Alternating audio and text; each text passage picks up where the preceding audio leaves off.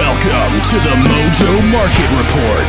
Here's your hosts, Dave Sturchio and Chris Gueci.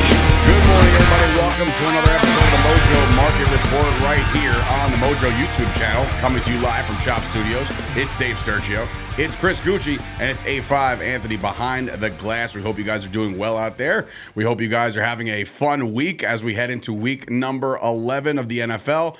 Some not so great news came across the board yesterday for a couple of, long-term plays on a guys like Cooper Kupp, who are now going to miss the next, at minimum, 4 weeks with I don't understand how you operate on a high ankle sprain. I don't know what happened there. Yeah, I don't know. There's probably something to it. More to it than they're leading on, I would imagine. Yeah, the Rams are in bad shape right now. And one of the guys we'll be talking about today later on is a current member of that team. So, look. The Rams weren't expected to do what they're doing right now. They're coming off, the Super Bowl hangover. If nobody's ever actually believed in it, it is absolutely real, especially when the Bengals started off kind of slow too. So the hype is up, and then it kind of comes down to real life. And then the Bengals are now playing well, but now the Rams are just, I don't know. They're looking at a lost season. I wouldn't even call it a Super Bowl hangover at this point because you recover from a hangover. They have not recovered. They have not recovered at all. They're not doing well. Yeah, not at all. So something that me and Chris came across yesterday on mojo.com, which again, you could find amazing blogs over there, all the information. You could find the scroll that's on the bottom of your screen right now to find out which stocks are up and down. Yesterday, we found an article written by one LaQuon Jones. We did. Very, very interesting article. And this was basically overpriced stocks to short. So today we're going to do that. We're going to do some stocks to short. We'll break down what they've done already, or at least what he has chosen as three, locks to short these guys going forward. And we'll kind of agree or disagree with that. And then obviously we decided to go and do our own digging and pick three of our own. So again, multiple ways to make money here on the Mojo Market. There's of course, everybody likes to go long and they like to put the multipliers on the guys they think are going to shoot through the moon. Well, there's another way to make money, and that's to short some of these stocks. And that's what we're going to do. And we're going to start off with somebody who, again, is with a very high-powered octane offense, but just has seen slow trajectory of just down, down, down. We're talking about Clyde Edwards-Helaire. Now, what I will say is LaQuon Jones, the writer of this article, should be my best friend. He put a dad joke in there, man. That was money. He said they call him CEH for short. Get it? Short him. Anyway, his that's amazing. 4 snaps over the last 4 snaps in the last game against the Jaguars. And while I know Andy Reid doesn't typically love to run the football, I feel like Patrick Mahomes is always dropping back to pass at this point. You would at least assume they have a running game. What we're looking at in Clyde Edwards-Helaire is that they've gone away from him. Isaiah Pacheco's gotten involved. I believe, is it McKinnon is over there? Yeah. Catching balls out of the backfield. So all of a sudden, he's fallen to the wayside, and now over the last month, he is down 10%. And if you use that 10% multiplier on the short game, that's 100% right now if you decide to short right now. Agree or disagree? I agree wholeheartedly. I'm going to short him here. Look, so some data on CEH. Number one, he's only 5'7". And for a guy, so he's another short joke. Yeah, I know. So I wasn't going to go there, but I'm glad you did. So yes, he's 5'7", and for a guy out of the backfield that's only 5'7", he doesn't strike me as the type that's going to be able to shoulder the load of an every down back. Now, what you usually have out of those players is the ability to catch the ball out of the backfield. Sure. I do not see that with a Clyde Edwards-Helaire over the course of his career. Spurts, but not enough. He's only had 50% of the snap share one time this season, and that was 56%. And that was, I believe, in week, I don't know what week it is, but that's irrelevant. But this past week, Isaiah Pacheco had, guess how much percentage of the snap count? A lot of it. 56. Oh. So he has now tied him for the most that a running back has had in any given week. And that's the most recent week. So that's what I'm basing it off of. And guess what? He's only had over 10 rushing attempts one time this season. They're looking at an average value as $1.51 per season that he's banked. Now, looking at the projections, what does it say right there? 250 going future. 250. It doesn't look like it. Yeah, to the me. market has decided to trend a little lower on a Clyde Edwards-Helaire. What situation are you going to find that's better to be the starting running back for that offense around football? You're reading my mind. You're not going to find a better situation. How can you not succeed in Even this if offense? you end up in a different place, you're not going to be the guy that's going to start. Nobody's going to bring him in to start. I think it's just a bonus that they have Clyde Edwards-Helaire and KC, and they were able to kind of see what they have with him while not really losing too much because it's not really a run-first offense. Right. But, yeah, I 100% agree. 1 for 1, we are going to short CEH. All right. Well, LaQuon, 1 for 1. You're batting 1,000 right now. Let's see if you can do it again. Marvin Jones Jr. is the next guy on our list here, according to this article. It's interesting to see where he's fallen.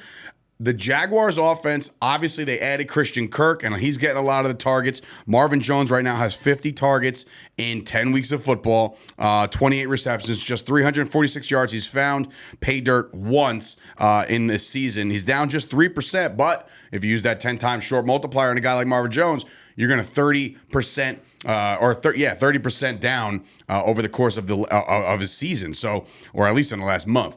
But you're looking at Marvin Jones Jr.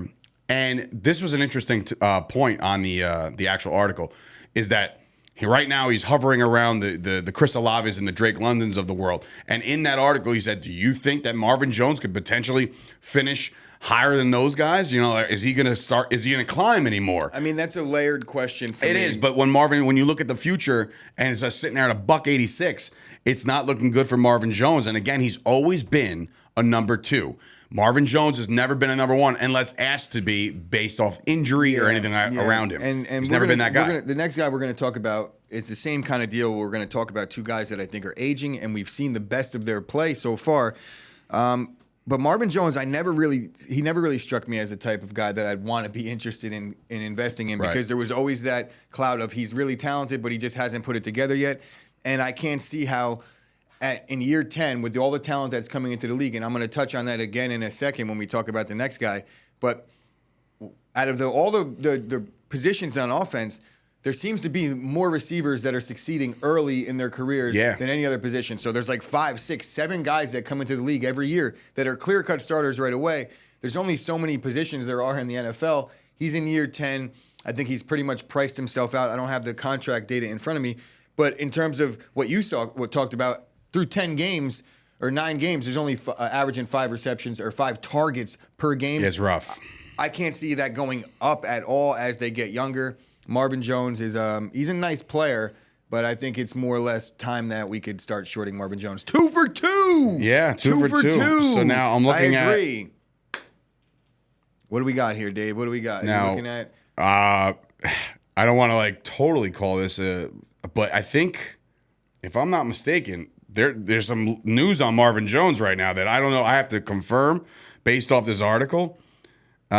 He's still with the Jaguars, from what I'm reading. Okay, so he's still with the Jaguars, but it seems to me on overthecap.com, it says that his contract was terminated. So that's interesting. So you better short him right now, because if that is news in real time. I'm looking at this and it says elevator terminated. I'm trying to do it now, and the market's not open yet. Yeah, so I don't know. He had like $1 million deal that it looks like it got terminated. I don't know. Again, this could be completely wrong, and I don't want to sit there. Nonetheless, we agree that Marvin Jones needs to be shorted, right? Yeah. So we could kind of imagine that we're sitting there talking about an article, and all of a sudden the guy doesn't have a team. I'm not seeing 3 days ago. Outstanding catch by Marvin Jones 3 days ago. No, he's still he's still there. What the hell is with the contract? Did they cut him after the game on Sunday? I don't know. I'm not sure about Interesting to say the least. That's a wacky situation to even talk about on the air, because it's just like, you don't root for anybody to lose their job, obviously, but yeah, Marvin Jones is still there. I'm sorry. Dave, are we good? Yeah, we're good. He's making $5 million. Goodbye, Marvin. It's over. I don't know why, but the overthecap.com had him as a terminated contract. Maybe I'm thinking about next year. Maybe it's a 1-year deal. I don't know. In any event, short Marvin Jones. How about that? Short overthecap.com for that misinformation. Why am I even looking at overthecap.com where I should be over at mojo.com? Anyway, another guy coming up that is a member of the last offensive ranked team in the NFL, and that is Robert Woods of the Tennessee Titans. Now, with Woods, he has 1 game this year where he's caught more than 40 yards. He has 11 catches in 6 weeks of football. Contract year, he's not going to be re-signed. It's a 1-year deal. It's the end of the road for a guy like Robert Woods. And again, fine player, good story on the comeback with the ACL stuff. But overall, It's over. It's done. So dare I say I'm still bugged about this over-the-cap. He is the Ezekiel Elliott of the wide receiver position at this point, meaning that he is a very, very good run blocker. So for that reason, I think he might catch on somewhere, but it's not going to be to catch passes. The reason why they signed him is because his ability to block in the secondary when they get Derrick Henry loose. Trust me, that's why they signed Robert Woods. He's one of the best run blocking receivers in football. But as far as the stats go and the counting numbers go, I don't think they're ever going to be there again. He's in his 10th season. We talked about this a second ago. A receiver, you hit that magic number in your double-digit seasons, you're going to have to be really good to catch on. And he might be, like I said, he might be a guy that sticks around on an offense because of his ability to block. But you're not going to be seeing him down the field much. And I really don't agree with their decision to draft a quarterback that doesn't fit their offense.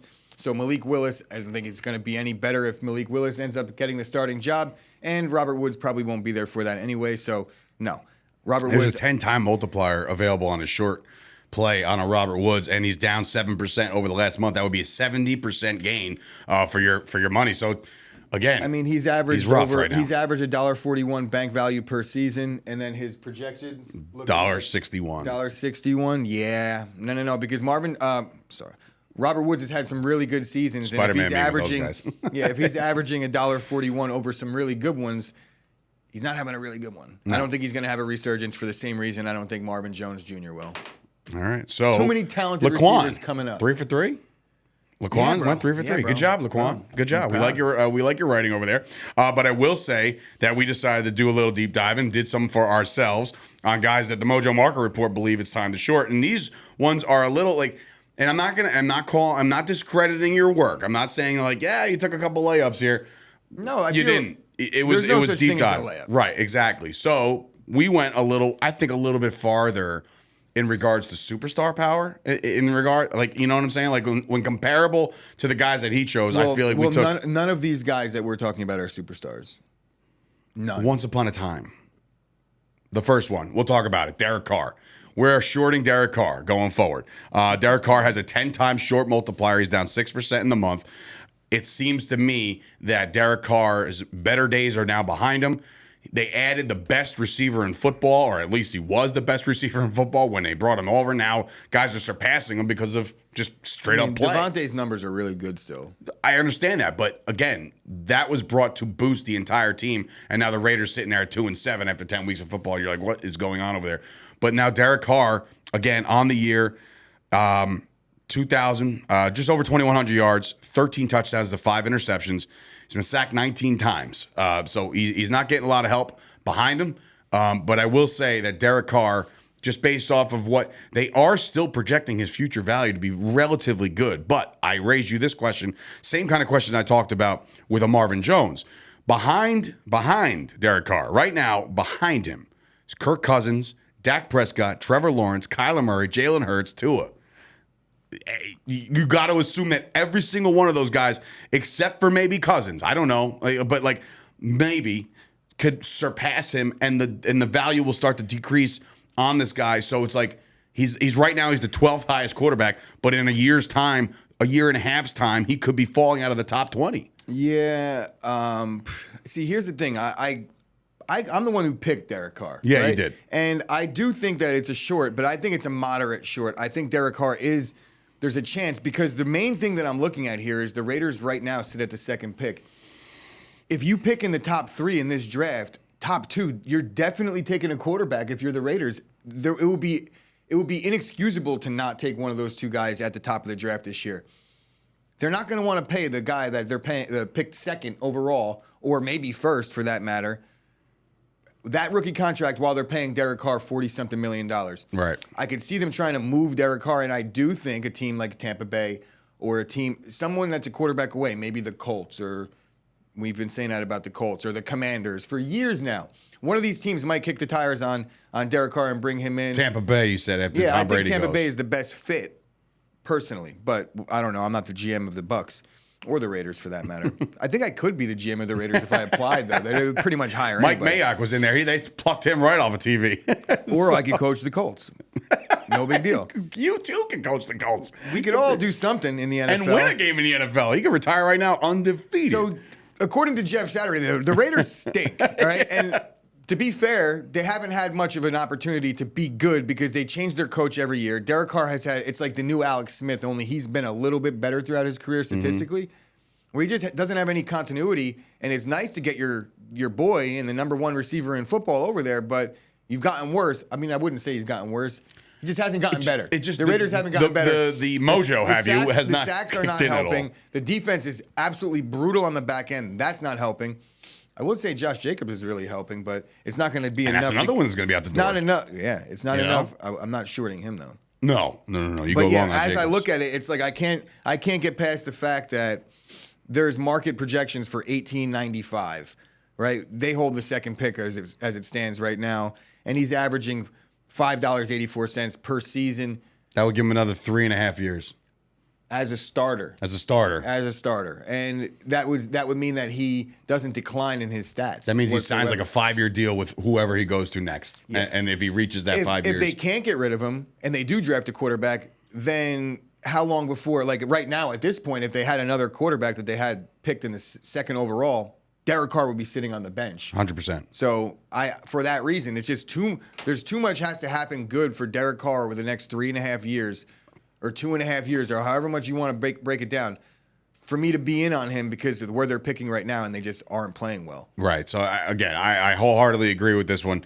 Derek Carr, unfortunately, like I said, great guy, great career. I think definitely a gaudy or gaudy numbers. Gaudy, whatever. I'm still stuck on. I'm literally on, like, nobody can see my screen, but it's just stuck on the Marvin Jones page because no, they couldn't. No, they take your word for it. No, it's the Jaguar logo. I'm on Marvin Jones. I'm still bent about Marvin Jones. It was because his contract is up. He has no contract next year. Go to Spotrac. So it's whatever. Now we're just promoting everybody. Well, I mean, it's all right. Well, next time from my side. I know. I've retired from this website. Anyway, as far as Derek Carr is concerned, it's a good short play right now, just because of the fact that his situation is not looking good right now as far as the future in Las Vegas. Again, does he get a spike if he picks up a 5-year deal? Maybe, but his performance, will that diminish? I don't know. Who on earth, besides maybe Mayock, would give Derek Carr a 5-year deal? I don't know. I'm just saying it's out there. Speaking of overpaid and overhyped number one overall picks, we're talking about Jared Goff next. And Jared Goff, like I said, his offense in the beginning of the season was the best offense in football. You know, they had the weapons on the outside. They had the Amon-Ra St. Browns. They had Hawkinson at the time. They had guys making plays over there, and they still have Jamison Williams just kind of chilling on the sidelines waiting to come on. Swift is the running back. Jamal Williams running the ball. He was a part of a good offense. Now, the problem is, with Jared Goff, you're looking at future bank value. The guy's got himself a Super Bowl, so yes, he actually cleared himself. He doesn't have himself a Super Bowl. He has a Super Bowl loss. I'm thinking of the Rams off. But he was a perennial playoff quarterback. He was in the playoffs, not perennial, but he was in the playoffs almost every year with them. And now he puts himself in a hard situation in Detroit to succeed. So you look at Jared Goff, he's down just 2% in the last month, but you have a 5-time short multiplier on him. Chris, tell me why Jared Goff is on our list. Well, again, he stinks. The Lions are winning some football games now, so they're playing themselves out of the top 5 category, but there's a ton of quarterbacks in this draft. So, again, you have a Jared Goff, and this is strictly contractual issues here, combined with other things, but mainly he's making $31 million next year and $32 the year after. No, he's not. So I'm going to get to this in a second. Won't. There is a dead cap hit of $10 million after next year. They're not, if they have an opportunity to get younger at the position, or just save $20 million for a lateral move, I think they do that. No questions asked. They're not going to pay Jared Goff $30 million over the next 2 seasons. They're certainly not going to do it for 2. Maybe one more, maybe, but I don't see that happening. Again, you're just stunting the growth of everybody around you. I can see this, though. I can see a very similar to a Jimmy G situation where nobody's going to trade for him. He might be a little too talented to cut, and he has tailor-made backup quarterback for the next 10 years written all over him. So he literally has the recipe for a Jimmy G and the 49ers where they draft young, they have him, they got to try to move him. I feel like that's the move where they can maybe keep Goff around to restructure like they did with Jimmy. Restructure and put some escalators in there if he does play. But the difference between the two teams was that the 49ers were a playoff team with Jimmy G. There's really no reason why the Lions would want to keep Goff around. You don't have to be so loyal to a guy that hasn't done anything for you yet. Unless he's going to take $10 million over 2 years. No, that's a big dip. Well, that's a big he's dip. a backup quarterback, and if he's going to be signed to be that, look, does Jared Goff get an opportunity somewhere else in the league? Absolutely not. I don't think so. We're maybe an opportunity based off an injury, but we're looking at guys like Mariota who got the second chance, but the leash is short. Everybody's already calling for his job, and he's actually Same thing playing in well. Washington. Like even with Carson Wentz, who's about to lose his job again to Tyler Heineke. Even behind Heineke is Sam Howell. And what we so know, it's like, oh, what okay. we know about that Lions offense is we could sit here and say they're really good. They do this well, they do that well. Outside of DeAndre Swift not being able to stay healthy, and Amon-Ra St. Brown not being able to stay healthy, and Jameson Williams not having played yet this season, that offensive line is arguably the best line in football. That's not something you could typically say about a team that doesn't win. Usually, Correct. When you have a good offensive in the line, trenches. you win football Yeah. games. I know their defense is atrocious, but I think the offense is being held back largely in part due to the fact that Jared Goff isn't good. I I agree. said it. So, yeah, short Jared Goff. That contract is too much. There's a $10 million cap hit next year, the year after, if they do decide to get rid of him. And I think that's guaranteed at this point. We were talking about the Rams before, and with Cooper Kupp going down, and it seems like there's just been complete disarray in that team within the organization, but also in that running back room. We're talking about Cam Akers. It's time to short Cam Akers because it's like, look, while we understand that he's back in favor with Sean McVay, it's like, okay, what does that even mean? Like, he was just benched for 2 weeks because of personal matters, and then all of a sudden it's all resolved. I don't know what they were trying to do or get done with the Cam Akers. Clearly he was frustrated with usage. You got Henderson down there. You got a couple guys that are going to take some snaps away, and the Rams now are in complete freefall mode, in my opinion. You lose to the Cardinals last week, and that just put your season to bed, right? To bed before Thanksgiving. That's the way it's going to play out. Cam Akers right now, just to give you an idea, he has a 3-time multiplier on the short, but in the last year, and obviously he got hurt, right? He got hurt last year, had the Achilles team, battled back, played in the playoffs, yay. Everybody's excited. But over the last year, his stock is down 41%. That's without a multiplier, 41%. So now you look at a Cam Akers banked value, a future value, they're predicting at $5.08 over time. Like, it just doesn't, I don't know, man. It doesn't make sense to me. Not this time around. Cam Akers is just not that dude over there in LA, and I just think that the time is up for him. And even if they do cut him loose at the end of the year, he is nobody's RB1 at all. Yeah, he had one spurt at the end of his rookie year where it looked like he could be a superstar in the league, and then since then, nothing. Right. I'm pretty sure they won a Super Bowl. He was on that roster, so some of that Sure, bank no, he value, was. He came back in the Some playoffs. of that bank value is something that you're probably not going to see out of his Rams team again. Like, they're not a playoff team this year. I don't know how long he sticks around on that roster, but he did have a Super Bowl multiplier in there, so his bank value is a little skewed because it's so low in terms of what he's banked that Super Bowl boost has to have helped it a ton because $5.08 for future. I'm looking around at running backs. And he's young. He's a young dude. It's third year. Third year, it might as well sell eighth year because he's a running back that has an Achilles tear, right? So there's no way that I'm getting behind somebody that, while he's averaged $1.05, right? I know that's injury riddled because he didn't, but that's the point. He's injury riddled. So I don't see him being a starter for 2.5 more seasons or 3 or even 1. Which is not, again, I repeat, he's in his third year. So this is like, get out. And if he is a Ram for the next 5 years, he'll be that supplemental guy who gets the 2 carries Rams a did game. not set themselves up for the future. They won a Super Bowl, but that team is going to get worse very soon. There's nowhere to fix that offensive line. And then the Rams said, there's F no them draft picks. There's We no don't need money. them. There's no draft picks. And to be honest, it looks to me like they're in the market for a running back because they just tried to mortgage more of their future for Christian McCaffrey. So what does that tell you about how the Rams feel about Cam Akers? Back in favor? When I'm not do so they have sure a about draft that. pick next? That's a good question. But 2030? And maybe there was some wolf tickets in that when they were just trying to drive the price up for the 49ers, but that's a dangerous game you're playing. Yeah, you don't want to mess around with that kind of stuff. But anyway, back to Akers for a second. Like I said, it's a very alarming thing that he's in his third year and he's just kind of fallen off the face of the earth. So therefore, if you want to get involved on a short game, this might be one to do that. So I don't know. Again, multiple ways to make some money here on the Mojo Market. I made a trade yesterday, as a matter of fact. I liked the spike that he gave me and the return he gave me when Kenny Pickett was up. But I'm now looking at Kenny Pickett where I'm just like, You know, I'm Yeah. like, that's fun.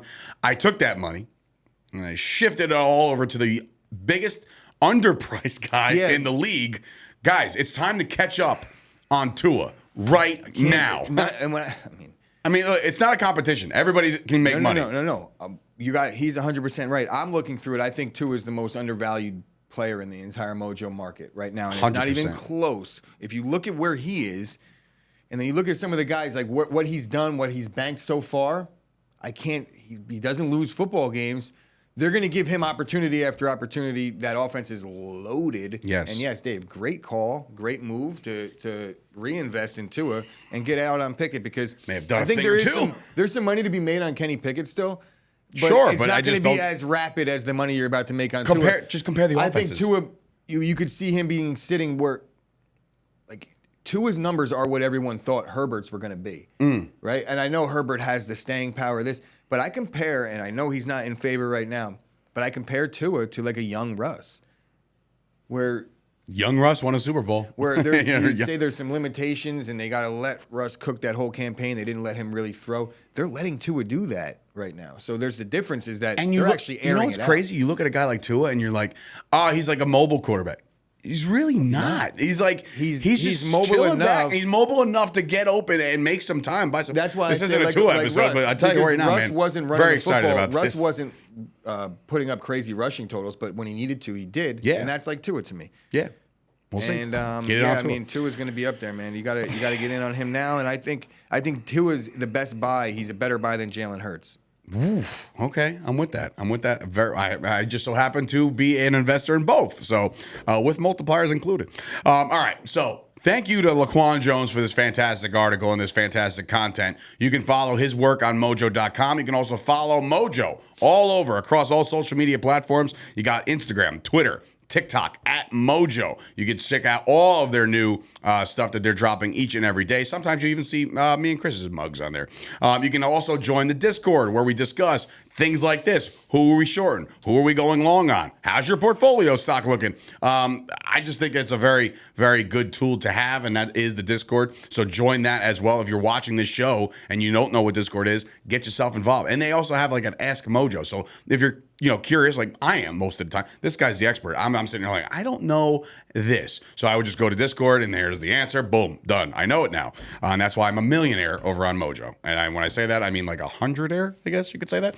But anyway, this has been another episode of the Mojo. Dave made tens of dollars. Tens. I'm talking tens of dollars. This Boy, I am swimming in it. I'm telling you, when I get that pizza every Friday, I'm just like, pfft, it's not on me. Mojo. It's not on me. It's Mojo. It's on the market, baby. Let's go. Anyway, for Dave Sturchio, Chris Gueci, this has been another episode of the Mojo Market Report. We're back tomorrow, Thursday night football.